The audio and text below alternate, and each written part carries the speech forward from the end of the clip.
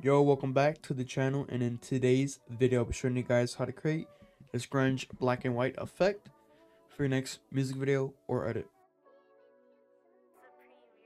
Starting off, you want to add CC threshold, drag it in, and you want to go ahead and mess around with our settings right here for our threshold depending on how bright your clip is.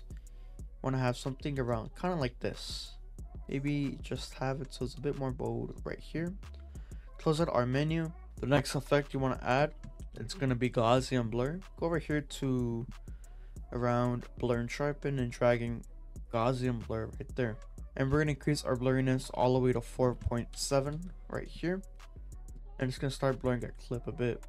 Once after that, I'm going to add in the effect called noise.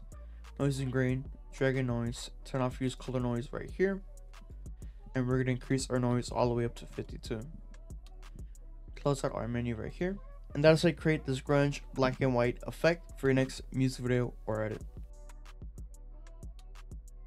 I hope you learned something new today, or you just enjoyed watching this video, and if you did, I would love it if you were to subscribe, like, leave a comment, or just share the video. You guys don't have to, but it does help support me and helps my channel reach other people who want to learn new effects. With that out of the way, keep on staying creative, and I'll see you guys in the next video. Peace out.